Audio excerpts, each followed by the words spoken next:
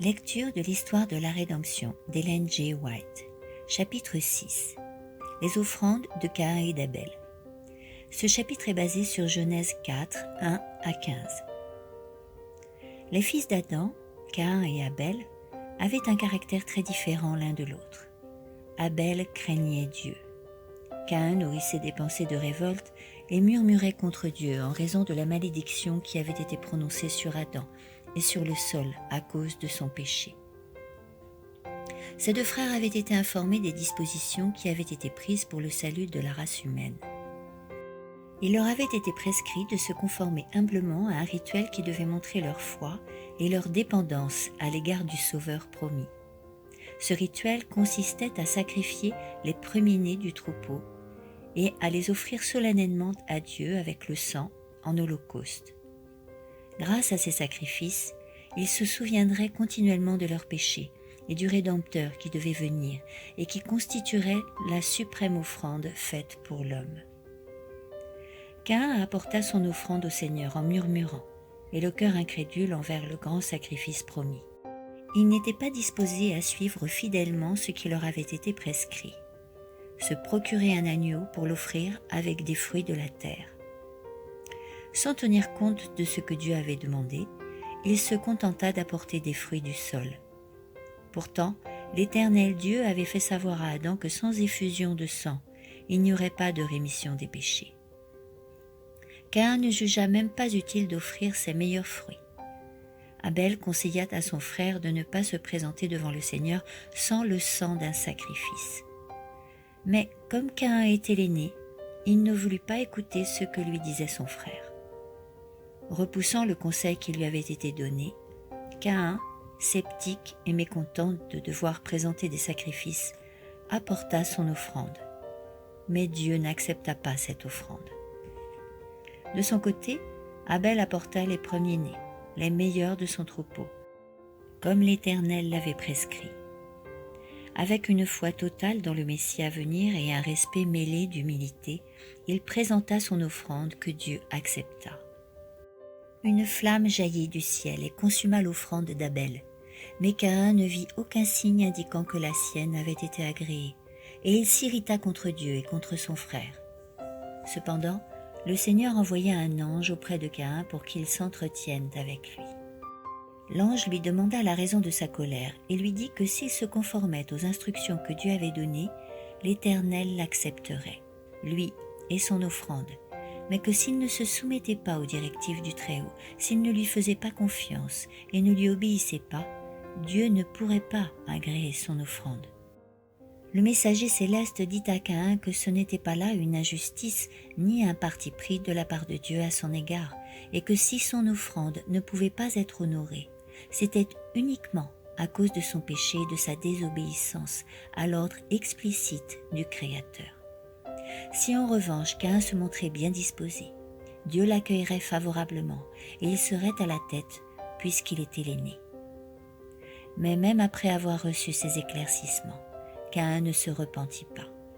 Au lieu de reconnaître sa culpabilité et son incrédulité, il continua à se plaindre de l'injustice et du favoritisme de Dieu. Poussé par l'envie et la haine, il prit Abel à partie et lui adressa des reproches. Son frère cadet lui fit alors humblement remarquer qu'il avait commis une erreur et lui montra qu'il avait tort. En fait, la haine de Caïn à l'égard de son frère remontait au jour où le Seigneur avait agréé l'offrande de ce dernier. Abel tenta de calmer la colère de son frère en lui rappelant la bonté que Dieu avait témoignée envers leurs parents en leur épargnant la vie, alors qu'il aurait pu les faire mourir sur le champ. Il dit à son aîné que le Seigneur les aimait, sinon il n'aurait pas donné son fils, innocent et saint, pour qu'il subisse le châtiment que l'homme aurait mérité par sa désobéissance. Le premier meurtre.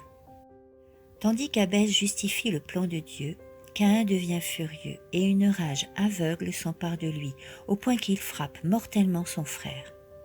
Et quand le Seigneur demande à Caïn où est son frère, celui-ci profère un odieux mensonge. « Je n'en sais rien. Est-ce à moi de surveiller mon frère » Genèse 4, 9. Mais Dieu lui répond qu'il connaît sa faute, qu'il est au courant de toutes ses actions et qu'il pénètre même les pensées de son cœur. La voix du sang de ton frère crie de la terre jusqu'à moi. Maintenant, tu seras maudit de la terre qui a ouvert sa bouche pour recevoir de ta main le sang de ton frère. Quand tu cultiveras le sol, il ne te donnera plus sa richesse. Tu seras errant et vagabond sur la terre. Genèse 4, 10, 12. Au début, la malédiction prononcée sur la terre fut très légère, mais dès lors, elle fut 2 fois plus sévère. Caïn et Abel représentent 2 catégories d'humains. Les justes et les méchants, les croyants et les incroyants, qui devaient vivre depuis la chute d'Adam jusqu'à la seconde venue du Christ. Le meurtre d'Abel représente la jalousie des méchants à l'égard des justes qu'ils haïssent parce que ceux-ci sont meilleurs qu'eux. Ils seront jaloux des justes, les persécuteront et les tueront parce que leurs bonnes actions condamnent leur mauvaise conduite. La vie d'Adam fut marquée par le regret, l'humilité et le repentir continuel. Lorsqu'il enseignait à ses enfants et à ses petits-enfants la crainte de l'Éternel, on lui reprocha souvent sa faute qui avait attiré tant de souffrances sur sa postérité. Quand il avait dû quitter le magnifique jardin d'Éden, la pensée qu'il devait mourir l'avait terrifié, car elle considérait la mort comme une redoutable calamité. Lorsque son propre fils, Abel, fut tué par son frère Caïn, il fut, pour la première fois, confronté avec la réalité de la mort qui frappait le genre humain. Plein de remords pour sa propre transgression, privé de son fils Abel dont Caïn était le meurtrier, et sachant quelle malédiction le Seigneur avait prononcée sur ce dernier, Adam était accablé de tristesse. Il se faisait de vifs reproches pour son premier grand péché. Il sollicita le pardon divin grâce au suprême sacrifice. Il avait profondément ressenti la colère de Dieu pour la faute qu'il avait commise dans le paradis. De plus, le Seigneur lui révéla la corruption généralisée qui l'amènerait à détruire les habitants de la terre par le déluge. Après qu'Adam eut vécu plusieurs centaines d'années, la sentence de mort prononcée sur lui par le Créateur qui lui avait semblé si terrible de prime abord lui parut juste et miséricordieuse, car elle mettait un terme à une vie de souffrance. Quand Adam constata les premiers signes de la dégénérescence de la nature, en voyant que les feuilles tombaient et que les fleurs se fanaient, il éprouva une tristesse plus grande que celle que les humains ressentent devant la mort de leurs semblables.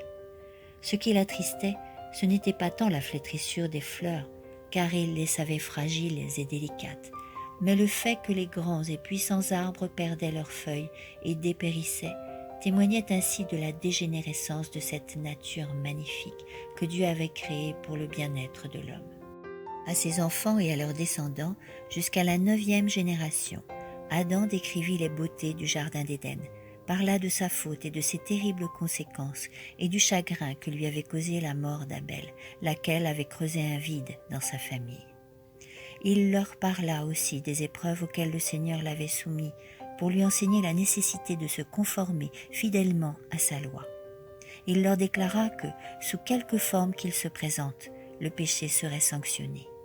Il les exhorta à obéir au Très-Haut, qui serait miséricordieux envers eux s'ils l'aimaient et le craignaient. Les anges s'entretinrent avec Adam après sa chute, lui révélèrent le plan de la rédemption, lui faisant comprendre que la race humaine n'était donc pas dans une situation désespérée. Malgré la terrible séparation qui s'était produite entre Dieu et l'homme, celui-ci pouvait être sauvé grâce à l'offrande de son Fils bien-aimé. Mais le seul espoir des humains résidait dans une vie d'humble repentir et de foi dans le plan établi par le Créateur. Tous ceux qui accepteraient ainsi Jésus comme leur unique sauveur jouiraient à nouveau de la faveur de Dieu grâce au mérite de son Fils. Suite de la lecture de l'histoire de la rédemption au chapitre 7 dans le prochain audio.